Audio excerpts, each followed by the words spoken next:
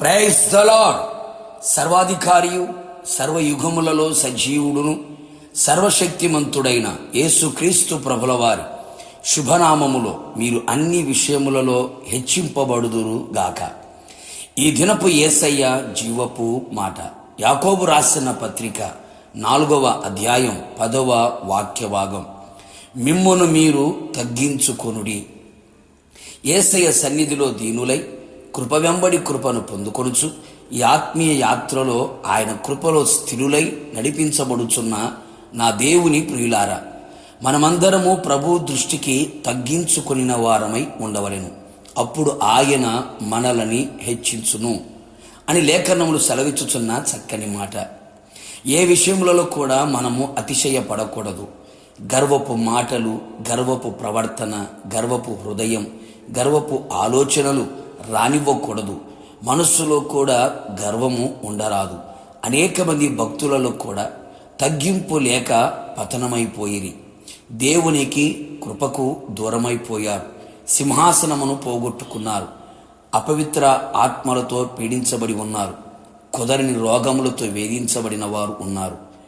గర్వపు చిక్కుల్లో పడిపోయిన ఆత్మీయతను పతనములోనికి తీసుకుని వెళ్ళారు. మనము అట్టి వారిగా ఉండరాదు.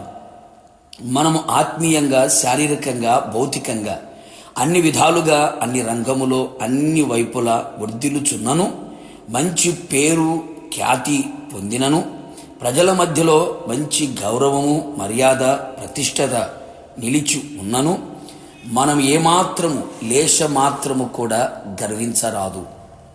పశువుల మారిన వారు గర్వించి ఉన్నారు కదా, మన యేసయ్య కూడా తగ్గించుకొనెను కదా. ఆయన దేవుని స్వరూపము కలిగిన వాడై ఉండి దేవునితో సమానముగా ఉండుట విడిచిపెట్టకూడని భాగ్యమును ఎంచుకొనలేదు గాని, మనుష్య పోలికగా పుట్టి దాసుని స్వరూపము ధరించుకొని తన్ను తానే రిక్తునిగా చేసుకొనెను. మరియు ఆయన ఆకారమందు మనుష్యుడిగా కనబడి మరణము పొందునంతగా, అనగా శిలువ మరణము పొందునంతగా విధేయత చూపినవాడే తన్ను తాను తగ్గించుకొనెను. అందుచేతనే దేవుడు ఆయనను అధికముగా హెచ్చించి ప్రతి నామమునకు పై నామముగాను ఆయనకు అనుగ్రహించెను. మనము కూడా యేసయ్య లాంటి మనస్సు, తగ్గింపు కలిగిన మనస్సు కలిగి ఉందుము. నా పేరు పెట్టబడిన నా జనులు తమ్మును తాము తగ్గించుకొని ప్రార్థన చేసి నన్ను వెదికి తమ చెడు మార్గములను విడిచిన ఎడల ఆకాశము నుండి నేను వారి ప్రార్థన విని వారి పాపములను క్షమించి వారి దేశమును స్వస్థపరచుదును అని ప్రభువే స్వయముగా సెలవిచ్చెను కదా. తన్ను తాను తగ్గించుకుని వాడు ఎవడో వాడే పరలోక రాజ్యంలో గొప్పవాడు అని యేసు చెప్పాను కదా. కావున నా దేవుని ప్రియులారా, దేవుని యొక్క వాక్యమునకు లోబడిన వారమై, వాక్యమునకు సంపూర్ణముగా అప్పగించుకున్న వారమై, వాక్యానుసారంగా జీవించుటకు మన మనస్సుని స్థిరపరచుకుందుము. వాక్యము వెలుగులో మన లోపములన్నీ సరిచేసుకొనుచు వాక్యమందు, అంతరంగమందు తగ్గింపును పొందెదము.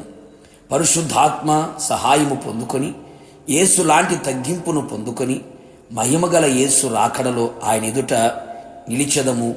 యుగయుగములు ఆయనతో కూడా ఉండేదము. అట్టి తగ్గింపు జీవితమును యేసయ్య మనందరికీ అనుగ్రహించి ఆ నిత్య రాజ్యములో ఆయనతో ఉండే భాగ్యమును దయచేయును గాక. ప్రార్థన. దీనుడా, సాత్వికుడా నా యేసయ్య, నీ పరిశుద్ధమైన పాదములకి కోట్లాది స్తోత్రములు. నమ్మదగిన దేవుడు, మంచి దేవుడు, మరొకసారి ప్రేమతో మమ్మల్ని పలకరించినందుకై మిమ్మల్ని స్తుతిస్తున్నాం. మిమ్మును మీరు తగ్గించుకొనుడి అని లేఖనము ద్వారా మమ్మల్ని హెచ్చరించారు. అవును తండ్రి, మా ఆత్మీయ జీవితంలో, భౌతిక జీవితంలో, శారీరక జీవితంలో తగ్గింపు జీవితము కలిగిన వారమై మీ సన్నిధిలో కనబడినట్లుగా కృపదయించమని ప్రార్థిస్తున్నాం. నిశ్చయముగా ప్రభువా, అట్టి తగ్గింపు జీవితాన్ని మా అందరికీ మీరు అనుగ్రహించండి.